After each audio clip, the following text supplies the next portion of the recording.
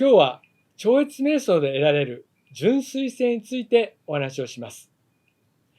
私って純粋な人ですよね。どうですかって聞かれる時があるんですけれども、その答えについては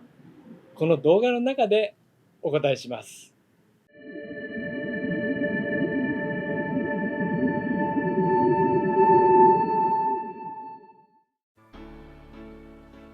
こんにちは。マハリシ総合教育研究所群馬オフィスで超越瞑想を教えている森正也です。今日は純粋性の話をします。純粋性っていうと何かなって思うかもしれないんですけれども、まずは純粋っていう言葉がありますよね。純粋の話でもいいんですけども、その純粋のようなとか、純粋っていうことで純粋性っていうふうに呼ばせていただきます。ここにこのアルミホイールがあります。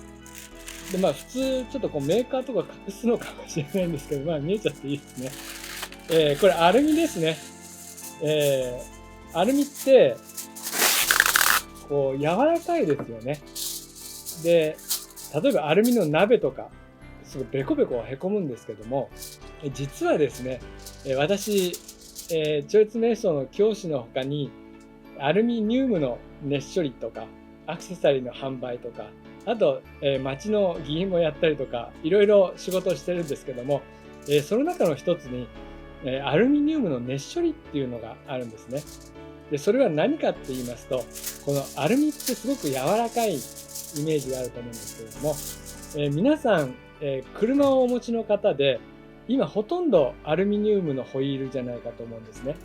で、アルミニウムのホイールっていうのは、硬いですよね。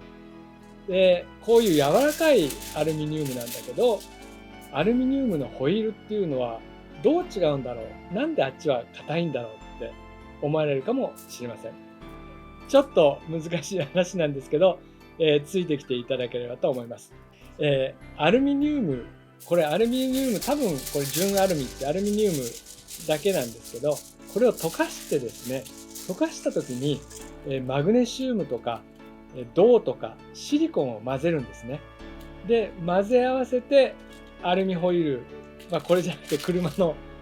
ホイールの形に作ります。で、そのままだとやっぱり強度不足で柔らかいんですね。で、それを500度ぐらいに熱して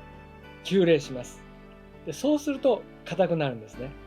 で、これを焼き入れって言うんですけれども、これが今日の話と何の関係があるんだろうって思うかもしれません。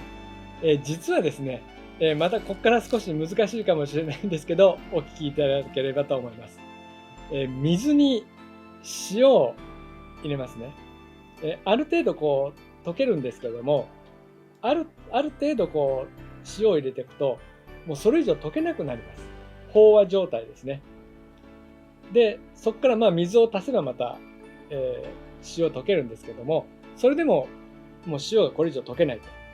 その時に温めるんですね。火にかけて温めていくと、もっと塩が溶けるようになります。で、100度ぐらいになった時に、塩はもうこれ以上溶けないっていう状態になると思うんですけれども、そこから火を止めて、ゆっくり冷ましていくんです。そうすると、溶けきれなくなった塩が出てくるんですね。で、その塩が出てくるのを析出っていうんですけれども、さらにですね、ゆっくり冷やしていって氷にするんです。0度になると氷になるんですけれども、氷になった時っていうのは、塩だけでなく他の不純物が全部外に出てくるっていうふうに言われています。これが車のホイールの場合は500度から一気に水に入れて冷やすんですけども、なぜ急に冷やすかっていうと、ゆっくり冷ましていくと中で溶け込んでいる成分ですね、銅とかシリコンとかマグネシウムとか、いろんな成分が入ってるんですけども、それが出てこないように析出しないうちに冷やすと。で、さっきの水に戻りますけども、水から氷になるときには不純物が全部出ていくんです。この時に言うのが純粋性なんです。温度が低くなると純粋性が増す。純粋性が増すと不純物が出ていく。これが自然界の現象なんです。では、超越瞑想とどのような関係があるかって言いますと、まず瞑想します。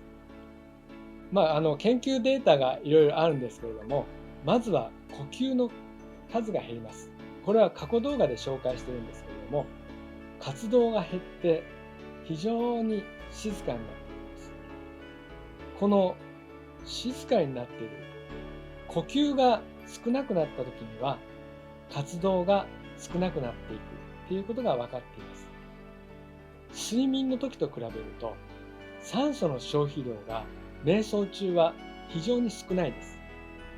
寝ている時も疲れが取れて、活動もなく酸素の消費量が少ないんですけれども、瞑想中、超越瞑想を行っている時っていうのは酸素の消費量が少なくなります。酸素の消費量が少ないっていうことは活動が少ないんですね。先ほどの話で水から氷になる時っていうのはどんどん活動量が減っていくんです。分子の活動が不活発になっていくというか、静かになっていくんですね。純粋性が増した時に不純物が出る。これを瞑想に当てはめると、瞑想中非常に静かになっていく。これによって心が落ち着く、純粋性が増すっていうことなんです。純粋性が増すっていうのは、活動が少なくなってきたときに純粋性が増す。これがまさに超越瞑想を行っているとき。これが活動が減っていって純粋性が増すと言われています。そして頭の中もですね、普段はあれやんなきゃこれやんなきゃいろんなことを考えてるんですけれども、瞑想中だんだんと静かになっていく。静かになっていくっていうのは例え話で、自分では静かだなと思ったり思わなかったりいろいろあるんですけれども、呼吸数が減ったりとか酸素の消費量が減るっていうことがあります。そして酸素の消費量が減っているっていうことは純粋性が増しているというふうに表現しています。今回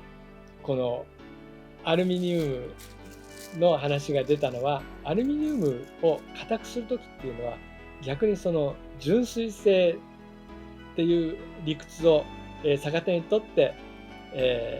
熱処理っていうのを行うんですけども、氷にするときに不純物が出るっていうのを利用して、例えば氷の彫刻とか、あるいはきれいな氷を作るというときはゆっくり冷ましていくわけです。超越瞑想もだんだんとマントラを思うことによって静かになっていきます。そして純粋性が増すと言われています。それで到達する領域、そこを純粋意識、ピュアコンシャスネスで呼ぶんですけれども、なぜ純粋意識と呼ぶかというと、そこには不純物がないということも言えるんですけれども、元の、宇宙の大元、何もない、そこから出た存在っていう話もちょっと難しいんですけれども、今までの過去の動画をちょっと見ていただければと思うんですけれども、存在っていうのは何者にも属さない、どこにでもある、いろんなところに存在しているもの、それ自身の個性もなければ匂いもない、そして全てのものに浸透している、それを純粋とも表現できるんです。超越瞑想をすることによってその純粋性に近づいていく。そして心の中で純粋性が増していって、やがては心が純粋意識、純粋性そのものになっていくという理屈なんです。今日はちょっと難しかったかもしれないんですけれども、純粋性っていうことについてたまにですね、氷とか見たりとかした時にですね、思い出していただければと思います。静かにしている時、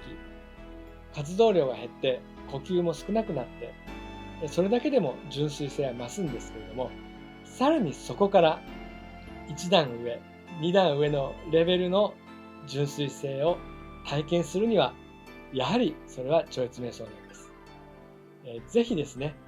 皆さんも超越瞑想を体験していただければと思います。今日のお話でもし超越瞑想に興味を示された方は、